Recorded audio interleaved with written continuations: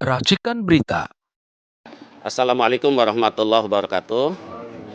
Alhamdulillah di siang hari ini kita berada di kediaman Bapak Haji Fuad Effendi Jarkasih. Assalamualaikum Pak Haji, sehat? Waalaikumsalam warahmatullahi Sehat ya. wabarakatuh. Di sini ada Pak Haji Fuad Effendi Jarkasih, kemudian di samping Pak Haji ada Pak Said Didu. Beliau tadi dari bandara langsung ke lokasi di sini di Kronjo. Jadi terima kasih Pak Said Didu sudah bisa hadir bersama masyarakat di sini. Tadi memang kita awali acara halal bihalal ya. Tadi hampir 150 orang yang hadir. Ini di luar ekspektasi, padahal tuan rumah waktu itu merencanakan hanya sekitar 50 orang yang hadir. Ternyata ini jumlahnya 3 kali lipat. Dan alhamdulillah yang hadir sangat antusias menyimak apa yang disampaikan oleh para ulama, tokoh di sini. Dan sekarang kita mau bincang-bincang sebetulnya terkait dengan kasus yang pernah dialami oleh Bapak Haji Fuad Effendi Jarkasih yang memang kasusnya sedang kami tangani. Kebetulan saya dari LBH AP Pimpinan Pusat Muhammadiyah mendapatkan kepercayaan ya, mendapatkan amanah dari Pak Haji Fuad sebagai kuasa hukum. Jadi sebagai informasi saja nih, memang kita sudah melaporkan oknum polisi namanya AKP Yan Hendra ke Propam. Divisi Propam Mabes Polri. Tadi pada saat kita mau acara halal bihalal jam 10 ada WA masuk dari Propam.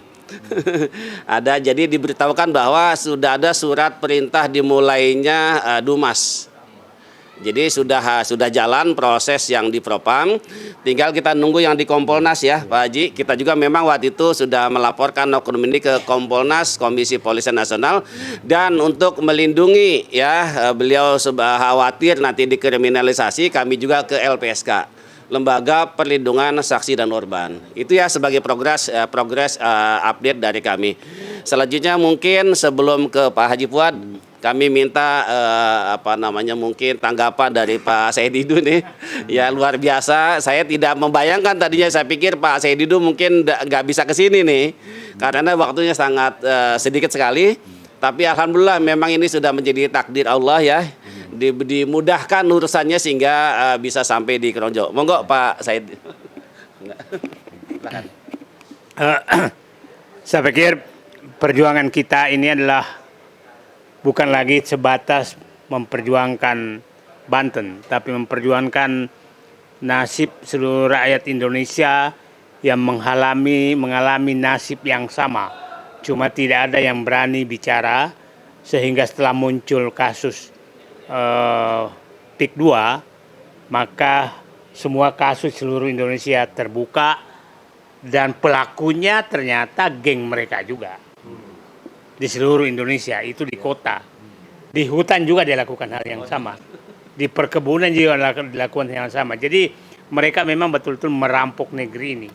Nah, yang problem sekarang adalah seakan-akan kalau saya berhenti bicara PIK 2, seakan-akan saya sudah kalah. Padahal dia nggak tahu bahwa sekarang udah ribuan Said Didu lahir.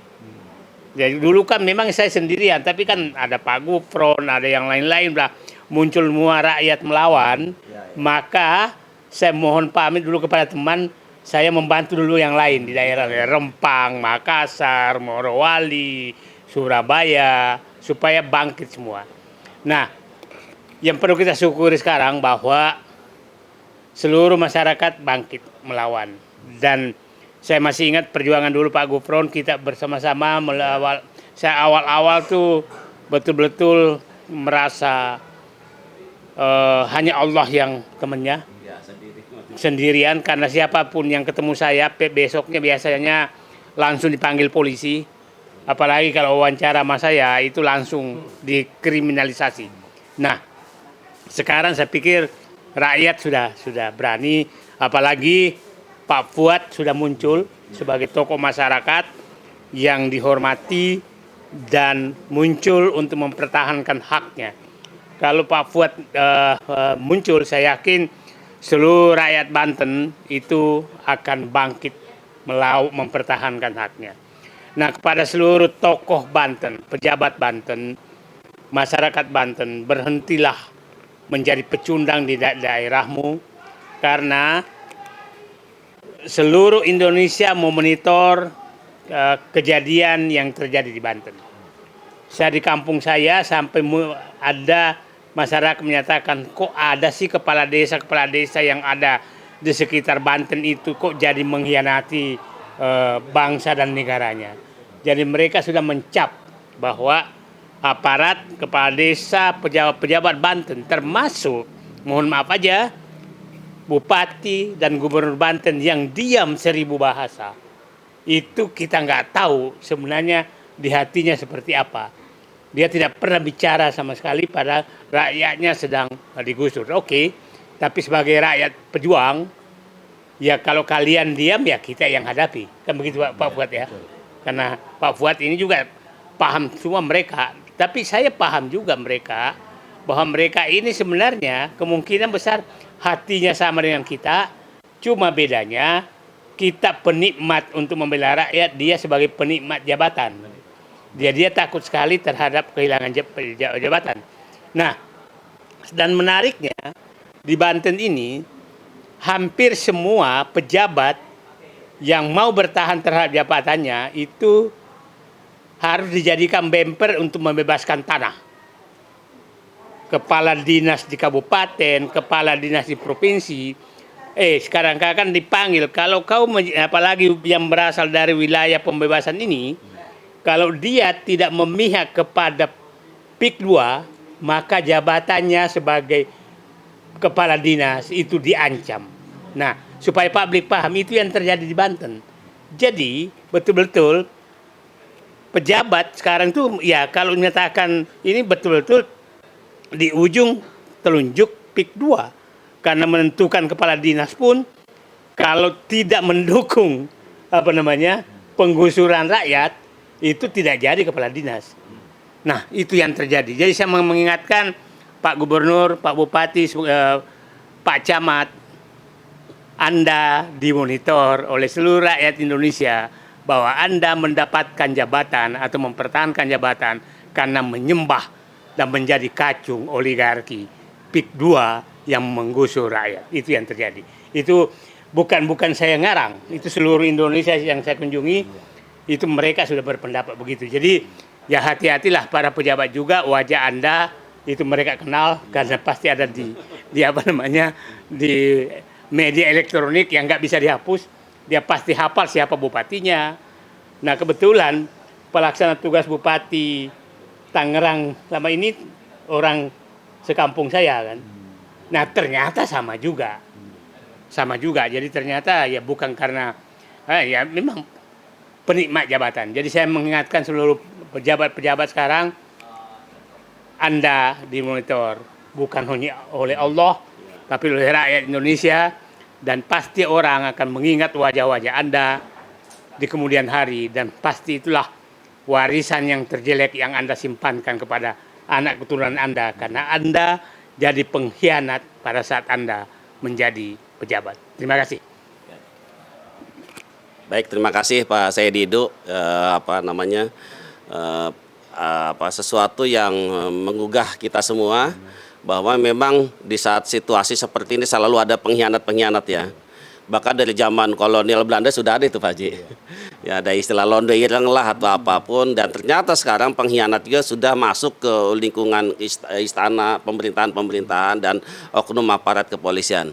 Nah, selanjutnya saya minta mungkin tanggapan Pak Haji Fuad. Mungkin berbagi pengalaman lah, cerita dulu bagaimana sih kasusnya gitu ya. Sampai Pak Haji dikriminalisasi oleh oknum aparat kepolisian, dan bagaimana keadaan sekarang ini sejak kasusnya kita dampingi oleh LBH Muhammadiyah. Monggo Pak Haji. Assalamualaikum warahmatullahi wabarakatuh. Waalaikumsalam warahmatullahi wabarakatuh. Saya ucapkan terima kasih dari LBH PP Muhammadiyah yang turut mendukung, membantu saya atau kami sekeluarga dalam rangka menuntut keadilan. dan menuntut hak yang selama ini selalu dibohongi oleh pihak 2 dengan alasan PSN. Itulah, jadi akhirnya kami ini didolimi dengan merekayasa mengkriminalisasi secara hukum. Maka kami mengingatkan polisi supaya jangan sampai mau diperalat lagi. Jangan mau diperalat lagi. Anda itu bertugas, mempunyai kewajiban adalah mengayomi rakyat. Bukan harus menjadi jongos oligarki. Sebab kepentingan Anda, gaji Anda itu makan dari pajak rakyat. Ini yang harus diinikan. Jangan sampai menjadi orang yang berkhianat kepada rakyat. Sebab Anda ini adalah orang yang dipercayakan untuk menjalankan tugas negara untuk kepentingan rakyat. Jangan sampai disalahgunakan supaya ke depan ini yang tadinya melakukan hal-hal yang bertentangan tersebut jangan sampai terulang lagi, dan kalau itu secara gentle harus mempertanggungjawabkan. Inilah yang saya harapkan kepada seluruh aparat pemerintahan dari mulai Mendagri sampai ke bawah. Jangan sampai kepala-kepala desa ini diperalat melalui abdesi. Abdesi ini jadi alat politik pemerintah. Akhirnya kepala desa yang dipilih oleh rakyat disuruh mengkhianati amanat rakyat. Harusnya membangun, memajukan nasib rakyat, yang terjadi adalah memiskinkan rakyat. Selama ini sudah hampir 20 tahun ini terjadi, rakyat kita di sini kesulitan di dalam usaha, dalam kehidupan di bidang pertanian. Baik itu air untuk persawahan, untuk tambak, maupun obat-obatan. Itu kayak sengaja kami dimiskinkan. Seperti sengaja dimiskinkan. Ya akhirnya timbullah ya ada proyek ini. Di berbagai rekayasa. Akhirnya yang terjadi melebihi sikap ataupun perlakuan penjajah. Lebih sadis. Yaitulah kalau yang namanya penjajah model Belanda yang diambil itu penghasilannya. Ini mah kita orang pribumi masa digusur. Kita yang udah bertempat tinggal dari sekian puluh tahun, sekian ratus tahun, di mana ini adalah kami ini adalah penerus dari leluhur kami di Banten. Jangan sampai diusik oleh kepentingan sekelompok orang, hanya kepentingan untuk bisnis semata. Inilah maka kami dalam acara halal bihalal ini ingin menggalang bersama kesatuan dan persatuan senasib yang kena kami didolimi untuk berontak semua, menuntut hak. Jangan sampai kita ini selalu dibohongi, dibodohi. Yang dituntut itu ada keadilan supaya proyek PIK ini dihentikan. Harus dihentikan karena sudah jelas menyengsarakan rakyat, sudah jelas memiskinkan rakyat. Ini kepada pemerintah harus ngelihat mata kepala sendiri, jangan ngelihat tergoda karena diiming-imingi pajak dari ini. Harus dilihat kepentingan rakyat lah yang lebih diutamakan. Anda itu dipercaya dari rakyat, kedaulatan itu ada di rakyat. Itulah maka kami menghimbau supaya pada sadar, supaya kembali lagi kepada fungsi tugas kewajiban masing-masing sesuai dengan aturan yang sebenarnya. Itulah yang sementara ini yang terjadi pada diri saya sampai saya dikriminalisasi. Itulah sampai secara nyata dikriminalisasi sampai saya ditahan, ditakut-takuti segala macam. Ya akhirnya ya sekarang ini adalah saya menjadi korban kedoliman dari proyek PIK itu sendiri. Bukan dong, karena saya ngerasakan. Ini akhirnya saya sampai terjadilah sakit.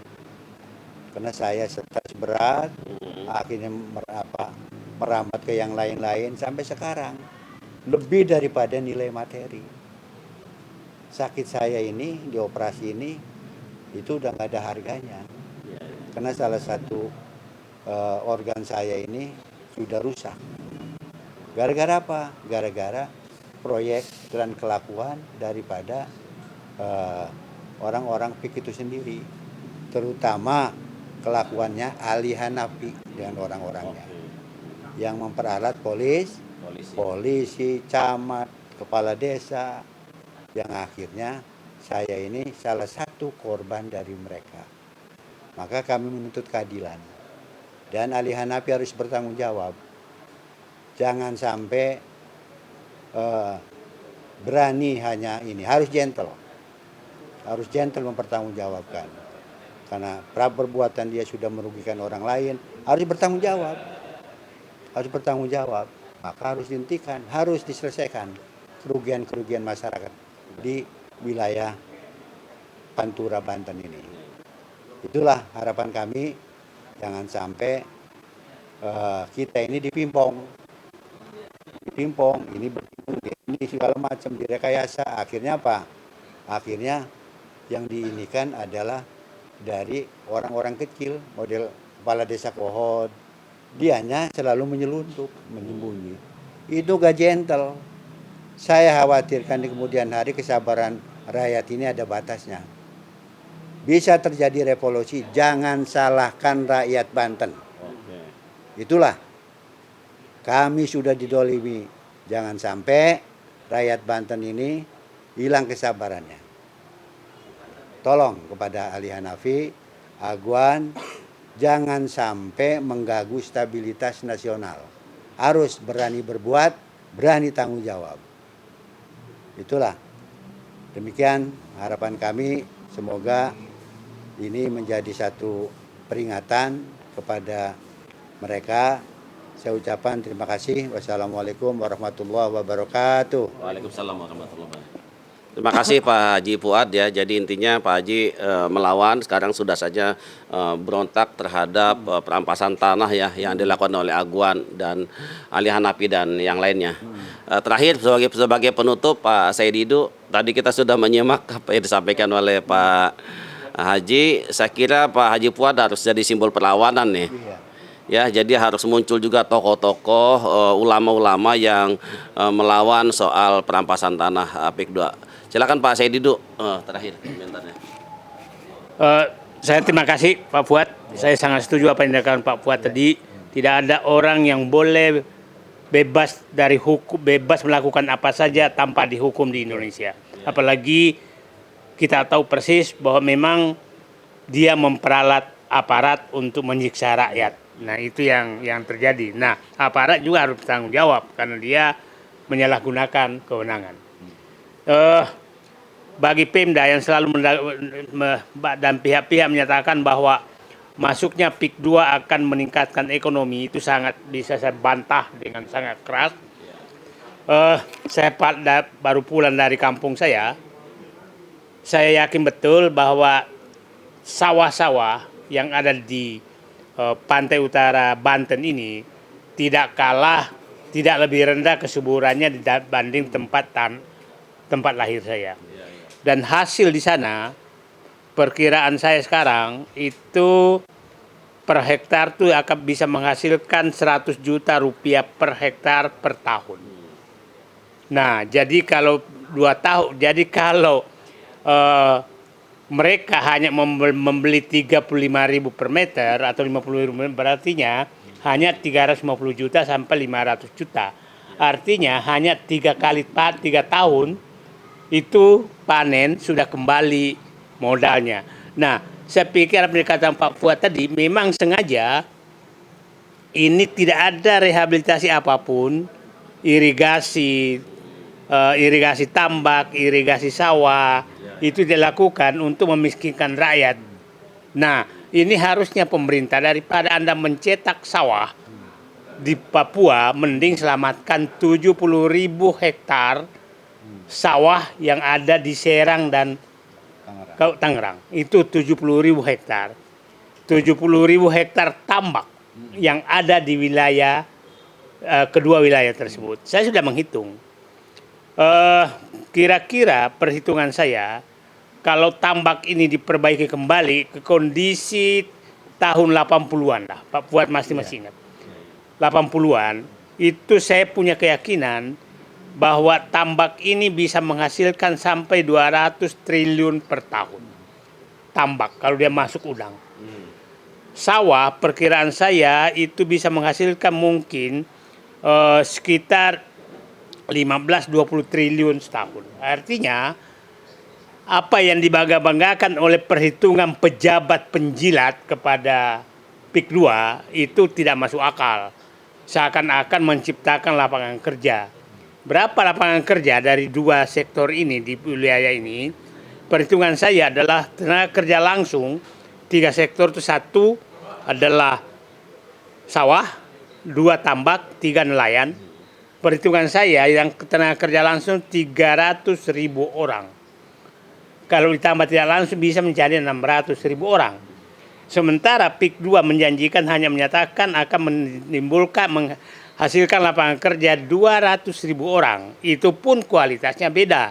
Karena pasti hanya memberikan lapangan kerja dalam bentuk satpam, pembersih pemelihara taman, pembantu rumah tangga.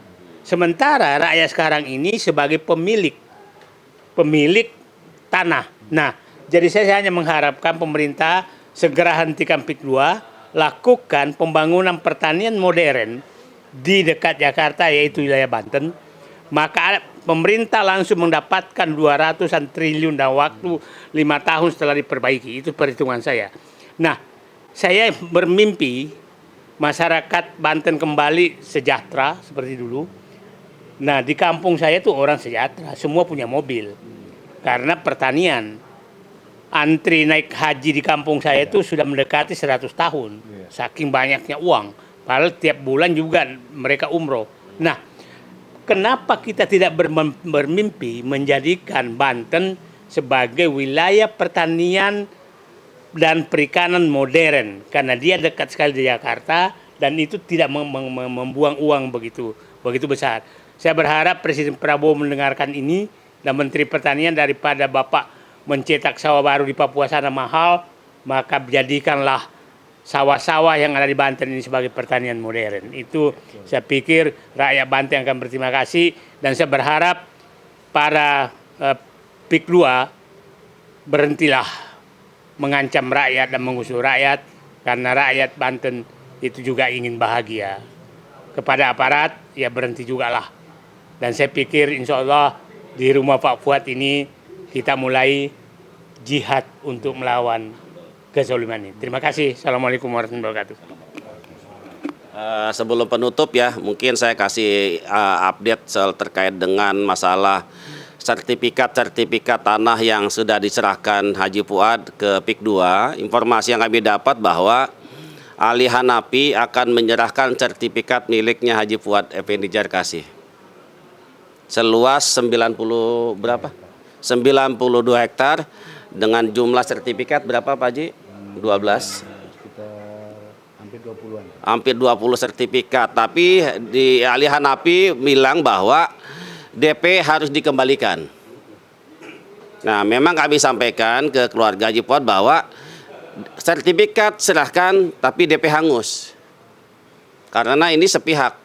Dibatalkan sepihak oleh PIK 2, dan tentu proses transaksinya memang diawali dari intimidasi dan kriminalisasi. Bahkan kalau tadi saya dengar banyak kerugian, berobat ke sana kemari, itu kan tidak terhitung jumlahnya. Maka tentu kami minta Ali Hanafi, kami minta Aguan PIK 2 untuk juga bertanggung jawab terhadap penyakit yang diderita oleh Pak Haji Fuad. berapa biaya keseluruhan, baik biaya yang sifatnya material maupun imaterial, dan mungkin lebih dari uang DP yang pernah diserahkan ke Haji Fuad yang 2 miliar itu. Jadi oleh karenanya kami minta Ahli Hanafi segera wujudkan itu, kembalikan sertifikat miliknya Haji Fuad tanpa DP, dan kemudian bayar ganti rugi penderitaan yang dialami oleh Pak Haji Fuad Effendi. Itu sebagai closing statement dari kami. Saya kira itu saja. Terima kasih Pak Said Didu yang sudah luar biasa menemani kita di sini, Pak Haji Fuad. Semoga makin sehat, Pak. Insya Allah perkara Pak Haji kita akan tangani sampai tuntas. Dan saya dari LBH PP Muhammadiyah terima kasih atas dukungan semua dari publik. Kita akhiri. Wassalamualaikum warahmatullahi wabarakatuh.